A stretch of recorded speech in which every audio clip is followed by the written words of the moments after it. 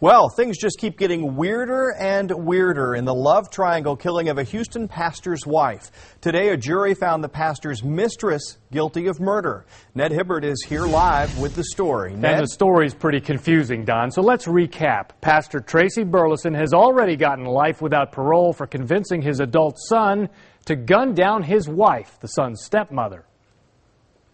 Today, another jury passed judgment on the other woman, Tyon Palmer, who, according to testimony, had a sexual relationship with both the pastor and his son.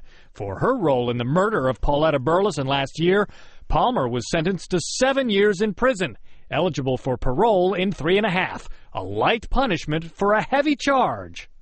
I feel justice was halfway done, but I can live with that. Which has all sides looking... Certainly you don't think about a 7-year verdict as being something you would hear about in a murder case, but I don't think she got off easy. For a glass half full. Look, anytime the state of Texas is trying to put your client away for life without parole, I'll take 7 years. I first met this cast of characters 16 years ago. William Fuller, the future gunman, was just 6 years old and owed back child support by Pastor Tracy Burleson, who had just married the wife he would later conspire to kill. Me and Paulette, we've been married since July. At the time, he was still legally married to Monique Martin, whose divorce was finalized that October. These days, another marriage license is raising eyebrows. This one. Turns out Burleson and his mistress filed for a license in September of last year, 4 months after Pauletta was shot dead, and 3 months after both were charged in the crime. They were in bed when they were arrested.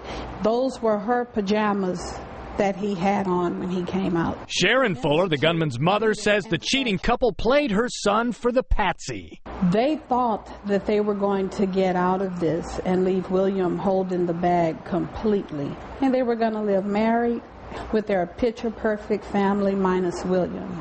But it's also possible there was a legal motive for the marriage license, which lapsed before any actual marriage took place. Well, Texas law says that you cannot force a spouse to testify against their spouse in a criminal prosecution. But that doesn't apply to crimes committed before the union, says Fox 26 legal analyst Chris Tritico. They could have been trying to create this privilege and found out they couldn't, or they could have just been in love. That's a sick-sorted love. It's bizarre, it's heinous, it's sick.